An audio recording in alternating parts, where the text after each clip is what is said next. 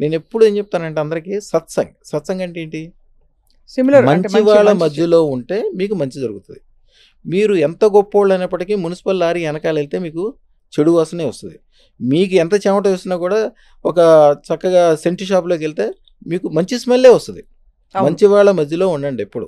చెడ్డవాడితోటి స్నేహమైనా చేయండి, పోట్లాడండి, యుద్ధం చేయండి, వాడి మీద కోర్టులోకి వేసుకోండి, ఏదైనా చేసుకోండి, చెడ్డవాడితో ఏమైనా చేసుకోండి, వాడికి దూరంగా ఉండండి.